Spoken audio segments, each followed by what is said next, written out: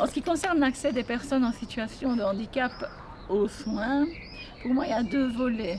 Il y a le fait que la personne doit recevoir des soins classiques, comme aller chez le dentiste ou chez la gynécologue, de manière régulière et où on voit que malheureusement, c'est souvent négligé. Alors pourquoi? J'ai pas de réponse. Il est important de faire une sensibilisation, que les parents apprennent. Et il y a des supports qui existent, sous forme de bande dessinée, par exemple, de pictogrammes ou des petites capsules vidéo pour montrer comment se passe une consultation gynécologique, dentiste, ORL, peu importe.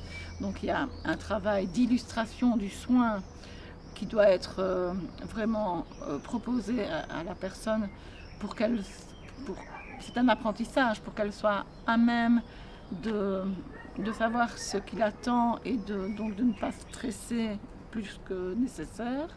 Mais alors le volet le plus important, c'est les professionnels de la santé qui souvent ne sont pas du tout formés et n'ont pas des comportements bien traitants vis-à-vis des personnes en situation de handicap, alors que parfois ce sont des choses toutes simples. C'est par exemple prendre quelques minutes pour expliquer ce qu'on va faire à la personne, s'adresser à la personne et pas forcément comme si elle n'était qu'un tas de viande et parler à l'adulte qui l'accompagne.